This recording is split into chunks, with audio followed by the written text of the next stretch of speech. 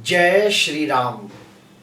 मैं वसंत रावल आज ही मैं आपको बताने आया हूं जन्म कुंडली के अंदर अकेला तृतीयेश कितने प्रकार के राजयोग निर्माण करता है। आइए देखते हैं बोर्ड के ऊपर। यह है काल पुरुष की कुंडली और इसे हम तीसरा भाव कहते हैं। सबसे पहले हम लोग जानेंगे कि तीसरे भाव से क्या क्या देखा जाता है।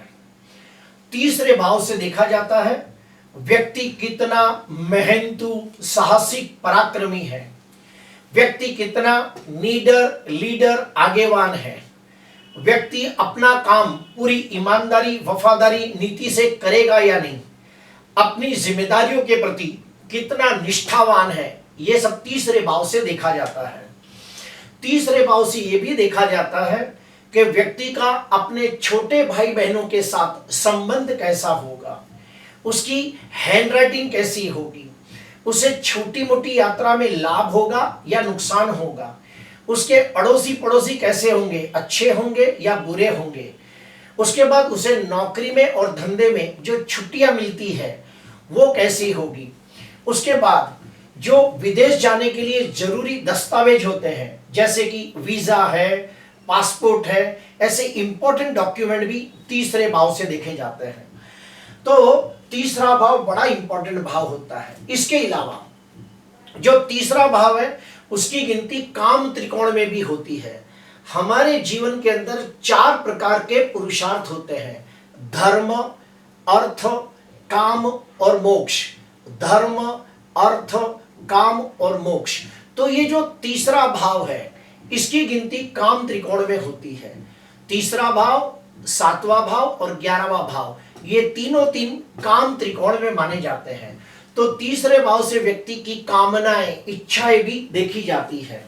इसके अलावा और एक बात बताना चाहूंगा कि ज्योतिष के अंदर एक नियम है, भावात भावम नियम। उसके तहत 8वें भाव से 8वां भाव यानी कि तीसरा भाव, फिर से कहूंगा 8वें भाव से 8वां भाव यानी कि तीसरा भाव। इसीलिए कुछ विद्वान लोग इसे त्रिक भाव भी समझते हैं, जो कि ज्योतिष शास्त्र के मुताबिक 6वां, 8वां और 12वां, 6वां, 8वां और 12वां, इन तीन ही भाव को त्रिक भाव कहा गया है। लेकिन इसकी गिनती त्रिक भाव के समान मानी गई है। तो इस भाव को इतना ज्यादा बेहतर नहीं माना गया है। क्यों? क्योंकि देखा गया है कि तीसरे भाव का जो स्वामी है वो व्यक्ति को बड़ी मेहनत करवाता है। लेकिन एक मैं और भी बात कह दूं कि अगर तीसरे भाव का स्वामी तीसरे भाव के अंदर ही बैठा हो तो बहुत अच्छा फल मिलता है। ऐसे व्यक्ति बहुत ही मेहनतू साहसिक पराक्रमी होते हैं, लीडर आगेवान होते हैं, अपनी जिम्मेदारियों के प्रति पूरे निष्ठावान होते हैं, व्यवहार कुशल लोग होते हैं। जन्म कुंडली के तीसरे भाव का स्वामी अगर चौथे भाव में बैठा हो तो भी राजयोग जैसा फल मिलता है। ऐसे व्यक्ति अपनी मेहनत से, अपनी काबिलियत से, अपने दमखम पर अपने लिए एक अच्छा सा मकान बनाते हैं, जमीन जायदाद प्रॉपर्टी ये सब बनाते हैं। और ये भी देखा गया है कि वो बुढ़ापे के अंदर अपनी माँ की बहुत सेवा करते हैं और 50 साल के बाद शांति पूर्वक सुकून पूर्वक अपना जीवन निर्वाह करते हैं। अगर जन्म कुंडली के अंदर तीसरे भाव का स्वामी पंचम भाव में बैठा हो तो भी राजयोग जैसा फल मिलता है। क्यों? क्योंकि भावात भावम नियम तहत तीसरे भाव का स्वामी तीसरे भाव से तीसरे भाव में बैठा हो तो भी राजयोग जैसा फल मिलता है। ऐसे व्यक्ति बहुत ही पढ़ाकू होते हैं। इन्हें नए नए विषयों के बारे में ज्ञान प्राप्त करना बड़ा अच्छा लगता है। ऐसे व्यक्तियों को वेद शास्त्र पुराण जैसे ज्ञान प्राप्त करना बड़ा अच्छा लगता है। ऐसे व्यक्ति जिसे प्रेम करते हैं उसके लिए पूरे ईमानदार वफादार नीतिवान होते हैं। भावात भावम नियम के तहत तीसरे भाव का स्वामी जब तीसरे भाव में बैठ जाता है तो ऐसे व्यक्ति बहुत ही बुद्धिमान होते हैं। अपनी मेहनत, अपनी काबिलियत, अपने दमखम पर धनवान यशवान कीर्तिवान बनते हैं और समाज के अंदर मान सम्मान पद प्रतिष्ठा की प्राप्ति करते हैं। अगर तीसरे भाव का स्वामी 6वें भाव में बैठा हो तो भी राजयोग जैसा फल मिलता है। क्यों?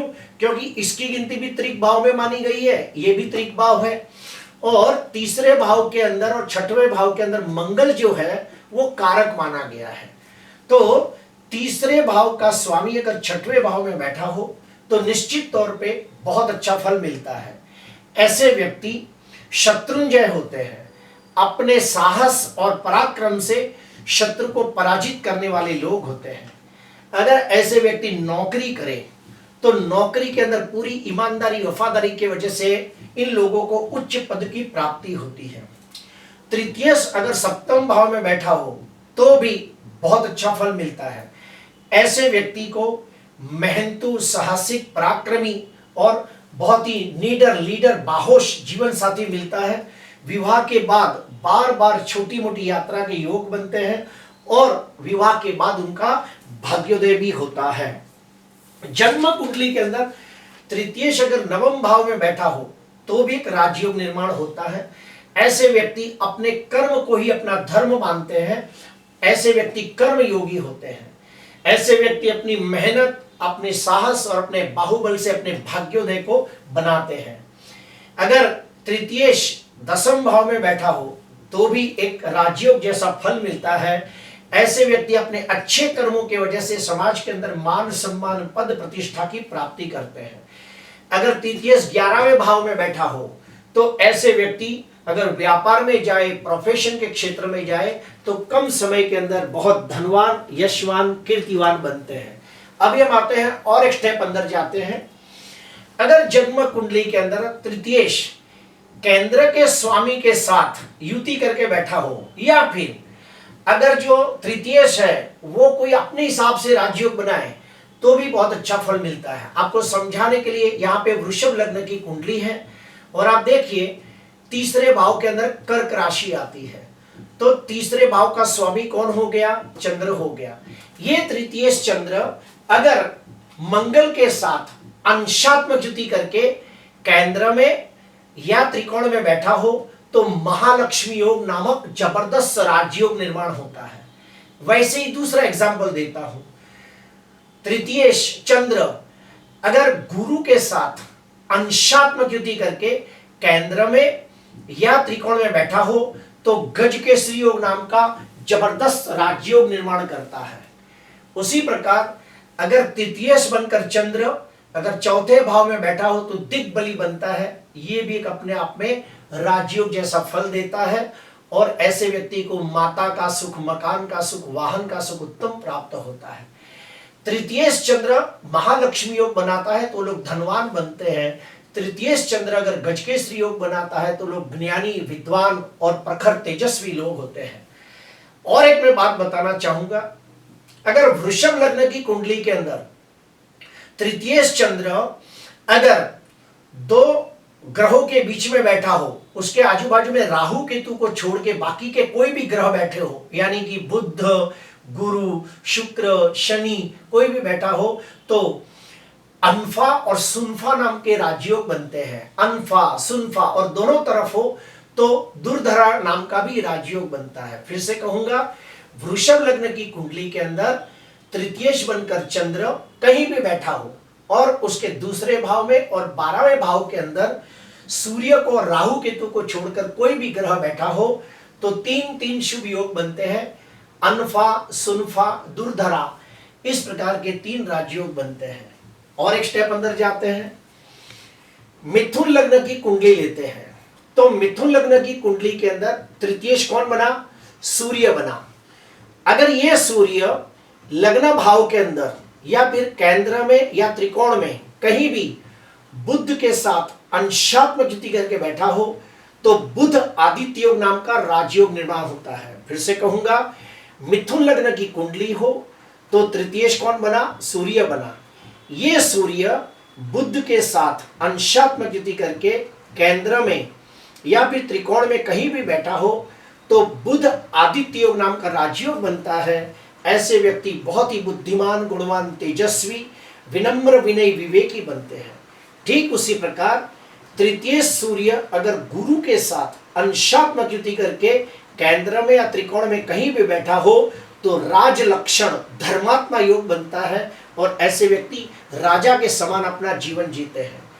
तृतीय बनकर सूर्य के आसपास कोई भी ग्रह बैठे हो, यानी कि बुध, गुरु, शुक्र, शनि, तो 3 प्रकार के योग बनते हैं। वेशी, वाशी, उभयचरी, इस प्रकार के 3 राजयोग बनते हैं। और ये जिसकी भी कुंडली में राजयोग बनते हैं वो अपने आप में राजा समान जीवन व्यतीत करता है। और एक मैं बताना भूल गया कि तृतीय सूर्य अगर जो 10th भाव में दिग्बली होता हो तो ऐसे व्यक्ति को गवर्नमेंट के द्वारा बड़ा लाभ होता है, गवर्नमेंट अधिकारी बनते हैं, गवर्नमेंट नौकरी से उनको लाभ होता है। अभी इसके अंदर एक नियम ये भी है कि तीसरे भाव का स्वामी और केंद्र का स्वामी अगर युति करते हो तो भी राजयोग बनता है। आप देखिए, लग्नाधिपति बुध और तीसरे भाव का स्वामी सूर्य, लग्नाधिपति बुध और तीसरे स्थान का स्वामी सूर्य, ये दोनों मिलके बुधादित्य योग बना रहे। दूसरा एग्जाम्पल के यहाँ पे कर्माधिपति और सप्तमाधिपति बनकर गुरु, कर्माधिपति और सप्तमाधिपति बनकर गुरु अगर सूर्य के साथ युति करता हो तो राज लक्षण योग बनाता है। तो नियम ये कहता है कि केंद्राधिपति और तृतीयेश मिलकर युति करते हो तो भी राजयोग निर्माण होता है। वैसे ही तृतीयाधिपति और त्रिकोण का मालिक एक साथ बैठे हो तो भी राजयोग बनता है। फिर से कहूंगा, त्रिकोण का मालिक और तृतीयेश अगर एक साथ युति कर केंद्र में या त्रिकोण में बैठे हो तो राजयोग बनता है। आपको समझाने के लिए यहाँ पे देखिए, कन्या लग्न की कुंडली है और कन्या लग्न की कुंडली के अंदर तृतीयेश कौन बनता है? मंगल बनता है। तो तृतीयेश मंगल पंचमे शनि के साथ युति करके लग्न में बैठा है, ये भी अपने आप में एक राजयोग है। ऐसे व्यक्तियों को मैन्युफैक्चरिंग काम से बड़ा लाभ होता है। दूसरा, तृतीयेश मंगल, आप गौर से देखिए, तृतीयेश मंगल अगर लग्नेश के साथ युति करके पंचम भाव में बैठा हो तो मंगल बुध की युति यहाँ हो तो ऐसे व्यक्तियों के जो बच्चे हैं वो इंजीनियरिंग के क्षेत्र में नामना कमाते हैं। उसी प्रकार आप देखिए, तृतीयेश मंगल और भाग्येश शुक्र की युति भाग्य स्थान में हो रही है तो ऐसे व्यक्ति बड़े धार्मिक आध्यात्मिक होते हैं और धनवान, यशवान, कीर्तिवान होते हैं। नियम ये कहता है कि त्रिकोण का मालिक और तृतीयेश अंशात्मक युति करके केंद्र में या त्रिकोण में कहीं भी बैठे हो तो राजयोग निर्माण होता है। और एक स्टेप अंदर जाते हैं, जन्म कुंडली के अंदर जो तीसरा भाव का स्वामी है उसके ऊपर अगर कोई भी शुभ ग्रहों की दृष्टि पड़ती हो तो भी बहुत अच्छा फल मिलता है। जैसे कि आप देखिए, मकर लग्न की कुंडली है और मकर लग्न की कुंडली के अंदर तीसरे भाव का स्वामी कौन है? गुरु है। इस गुरु के ऊपर सुखाधिपति मंगल की चौथी दृष्टि पड़ रही है। अगर आपकी कुंडली में कोई और ग्रह हो और उसके ऊपर मान लो गुरु की 9वीं दृष्टि पड़ती हो तो आपकी कुंडली में तृतीयेश कोई भी हो सकता है। सूर्य, चंद्र, मंगल, बुध, गुरु, शुक्र, शनि, आपकी कुंडली में तृतीयेश कोई भी हो, लेकिन अगर उसके ऊपर कोई भी 2 या 3 शुभ ग्रहों की दृष्टि पड़ती हो तो भी वहां पे राजयोग बनता है। आखिरी में आपको बताना चाहूंगा कि कर्क लग्न की कुंडली है और कर्क लग्न की कुंडली के अंदर आप देखिए, यहाँ पे गुरु रखा गया है तो तीसरे भाव के अंदर अगर गुरु खुद बैठा हो तो भी तीसरे भाव को शुभ बना देता है। क्यों? क्योंकि कुंडली के अंदर जो गुरु ग्रह है ये नैसर्गिक दृष्टि से सबसे ज्यादा अच्छा ग्रह माना गया है। अगर तीसरे भाव के ऊपर गुरु की 5वीं दृष्टि, 7वीं दृष्टि या 9वीं दृष्टि पड़ती हो तो भी बहुत अच्छा फल देखने को मिलता है। अभी हम आते हैं और एक मैं बात बताना चाहूंगा कि इसमें एक चीज है कि अगर जन्म कुंडली के अंदर जो तृतीयेश होता है, अगर ये तृतीयेश अगर जो नवमांश कुंडली के अंदर राशि वर्गोत्तमी होता हो या फिर नवमांश कुंडली के अंदर भाव वर्गोत्तमी होता हो तो भी ये तृतीयेश राजयोग जैसा फल देता है। फिर से मैं कहूंगा, ध्यान से सुनना कि यहाँ पे आप देखिए कि तीसरे भाव का स्वामी कौन है। यहाँ पे मैं आपको समझाना चाहूंगा कि देखिए, लग्न कुंडली के अंदर तीसरे भाव के अंदर स्वगृही गुरु है देखा आपने। और यही गुरु नवमांश कुंडली के अंदर भी तीसरे भाव में है, तो इसे हम कहते हैं भाव वर्गोत्तमी।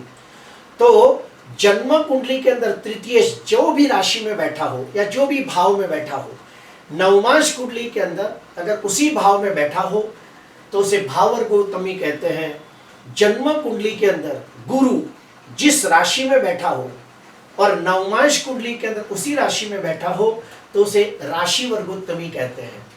तो नियम यह कहता है कि जन्म कुंडली का गुरु अगर नवमांश कुंडली के अंदर राशि वर्गोत्तमी या भाव वर्गोत्तमी बनता हो तो भी ये तृतीयेश राजयोग जैसा फल देता है। और इसका फल कभी मिलता है तो जब तृतीयेश की महादशा, अंतरदशा, प्रत्युंतर दशा, सूक्ष्म दशा आती है, तब इसका फल देखने को मिलता है। प्रिय दर्शकों, जन्म कुंडली के अंदर जो तीसरा भाव है ये बड़ा इंपॉर्टेंट भाव है। तीसरे भाव से देखा जाता है व्यक्ति कितना मेहनतू, साहसिक, पराक्रमी है। तीसरे भाव से देखा जाता है व्यक्ति कितना लीडर, आगेवान है। व्यक्ति अपनी जिम्मेदारियों के प्रति कितना ईमानदार, वफादार, नीतिवान है। तो तीसरा भाव बड़ा इंपॉर्टेंट भाव है और इसकी गिनती काम त्रिकोण में भी होती है। तीसरा भाव ये दर्शाता है कि व्यक्ति के मन में कामनाएं, इच्छाएं, भावनाएं कितनी प्रबल है। तीसरा भाव का स्वामी अगर बुध या शुक्र बनता हो तो समझ जाना उस व्यक्ति की राइटिंग बहुत ही सुंदर होगी। तीसरे भाव का स्वामी अगर शनि हो तो उसकी राइटिंग बिल्कुल अच्छी नहीं होती। तीसरे भाव का स्वामी अगर गुरु हो तो उसके अक्षर बड़े बड़े होते हैं। तीसरे भाव के ऊपर अगर राहु या केतु की दृष्टि हो या राहु केतु का कनेक्शन तीसरे भाव से हो तो उनकी राइटिंग बहुत ही खराब होती है। प्रिय दर्शकों, आज मैंने आपको बताने की कोशिश की कि तीसरा भाव अकेला हो तो कितने प्रकार के अलग अलग राजयोग बनाता है। अगर आपको अच्छा लगा हो तो ज़रूर लाइक करना, सब्सक्राइब करना। नमस्कार।